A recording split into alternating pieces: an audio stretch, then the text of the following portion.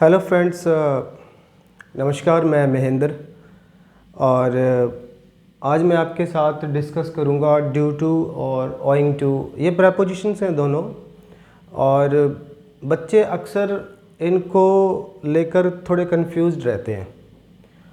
तो बड़ा अच्छा टॉपिक है, आप ध्यान से सीखिएगा, आपके काम आएगा। एग्ज़ाम्स में अक्सर इनसे रिलेटेड क्वेश्चंस आते हैं, ठीक है। तो ये दोनों ही जो प्रेपोजिशन है, दोनों प्रेपोजिशंस का यूज़ कारण बताने के लिए होता है, ठीक है। दोनों का अगर आप हिंदी में सेंस जानना हो तो के कारण, दोनों ओइंग टू का मतलब भी के कारण, ड्यू टू का मतलब भी के कारण, ठीक है। लेकिन दोनों प्रेपोजिशन का यूज़ अलग अलग होता है, वो मुझे आपके साथ डिस्कस करना है आज। देखिए,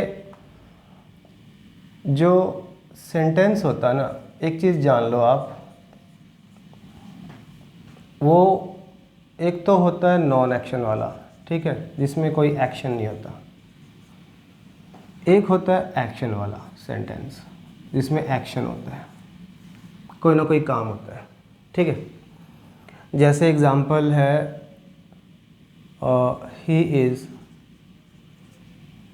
अ डॉक्टर। अब ये जो सेंटेंस है ना, इसमें सब्जेक्ट कोई काम नहीं कर रहा, ही इज़ अ डॉक्टर, वो डॉक्टर है, ये स्टेट है, इसमें कोई एक्शन नहीं हो रहा। अगर एक एग्जांपल हम यहाँ लेते हैं, ही किल्ड अ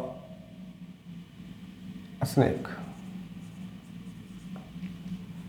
अब ये जो सेंटेंस है ना, ये जो सब्जेक्ट है, इस सब्जेक्ट में एक्शन हुआ है, सब्जेक्ट ने एक्शन किया है, सांप को मारने का काम हुआ, ये एक्शन वाला सेंटेंस है, ठीक है। एक बात। दूसरी बात जो मुझे आपको एक चीज़ और क्लियर करनी है, ये जो एक्शन जो होता है ना, ये दो तरह का हो सकता है। ये हो सकता है हैपनिंग और डूइंग, बस इतनी सी चीज़ समझनी है आपको। मतलब हैपनिंग जो अपने आप होता है, डूइंग जिसको हम करते हैं। एक्शन दोनों में है, कोई सेंटेंस में एक्शन हो सकता है, लेकिन वो एक्शन दो तरह का होता है। या तो वो हैपनिंग है, हैपन मतलब होना, वो होता है, उसको कोई करता नहीं है, वो अपने आप होता है। या फिर वो डूइंग है, जिसको किया जाता है, ठीक है। जैसे मैं पढ़ाते पढ़ाते मेरे हाथ से अगर ये मार्कर गिर जाए, तो ये अपने आप हुआ है। किसी को छींक आ जाए, कोई गिर जाए, ठीक है ना, किसी को चक्कर आ जाए, तो ये काम कोई करता नहीं है, ये काम होते हैं। हमें नफ़रत हो जाती है, ठीक है ना, हमें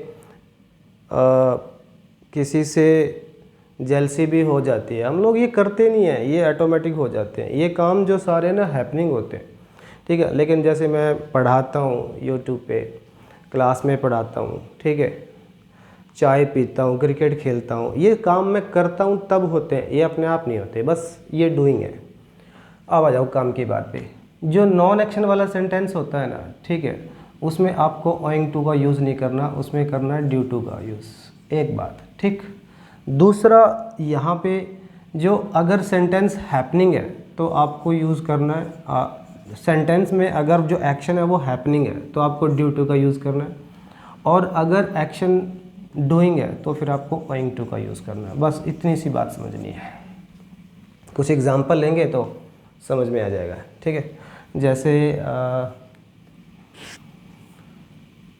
दी meeting was cancelled dash the torrential rain।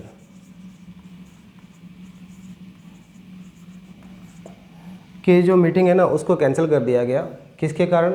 वो लगातार जो बारिश हो रही थी, टोरेंशियल रेन, लगातार भारी बारिश हो रही थी, उसकी वजह से, उसके कारण मीटिंग को कैंसिल कर दिया। अब ये काम है ना, हुआ नहीं है, ये हैपनिंग नहीं है। पहली बात तो ये एक्शन वाला सेंटेंस है यहाँ, ठीक है। अब एक्शन वाले सेंटेंस में हमें ये देखना है कि ये काम अपने आप हुआ है या किया। मीटिंग कैंसिल की जाती है, मीटिंग अपने आप कैंसिल नहीं हो सकती, ठीक है। तो यहाँ पे डूइंग है, यहाँ पे आएगा ओइंग। ये जो एक्शन है कैंसिल करने का मीटिंग को, ये डूइंग है, इसको किया है, तो हुआ है, अदरवाइज नहीं हुआ ये, ठीक है। एक सेंटेंसेस और लेते हैं, एक सेंटेंस लेते हैं, he got late dash traffic jam, traffic jam की वजह से वो लेट हो गया, ठीक है। अब यहाँ पे जो ये स्टेट है लेट होना, यहाँ पे कोई एक्शन मतलब कोई ऐसा सेंटेंस नहीं है जिसमें कोई डूइंग वाला एक्शन हुआ हो, ये वो लेट हो गया बस वो, ठीक है। ही इज़ लेट, एक्चुअली ये नॉन एक्शन वाला ही सेंटेंस है, ठीक है। और अगर ये नॉन एक्शन वाला सेंटेंस है तो फिर इसमें ड्यू टू आएगा, क्योंकि ये काम उसने किया नहीं है, ये खुद हो गया। वो लेट होने का कोई काम नहीं है, वो कोई कर लेगा, वो खुद हो गया बस, वो लेट अपने आप हो गया। कोई कैसे हो गया, वो ट्रैफिक जैम की वजह से हुआ, ठीक है। लेकिन वो काम इसने खुद नहीं किया, लेट होने का काम सब्जेक्ट ने किया नहीं, ठीक है ना, ये बात ध्यान रखना। एक दो एग्जांपल और लेते हैं, ज़्यादा क्लियर होगा। तो यही एक छोटा सा फ़र्क है और बच्चे अक्सर गलती करते हैं यहाँ पे।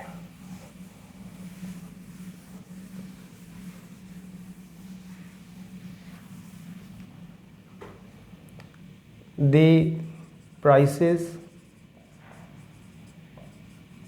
went up dash the shortage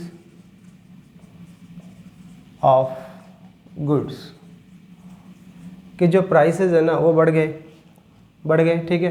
किसकी वजह से बढ़ गए,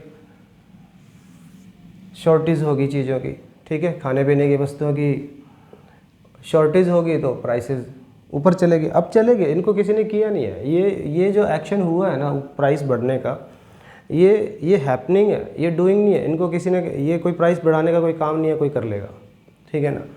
तो यहाँ पे ड्यू टू आएगा, ठीक है। अब एक सेंटेंस और लेते हैं, the company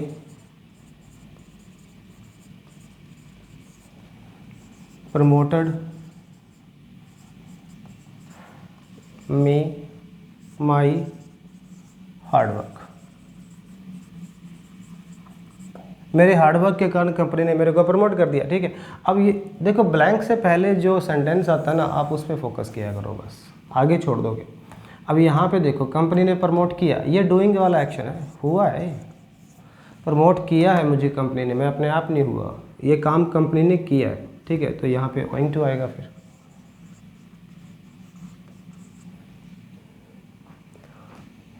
most of his problems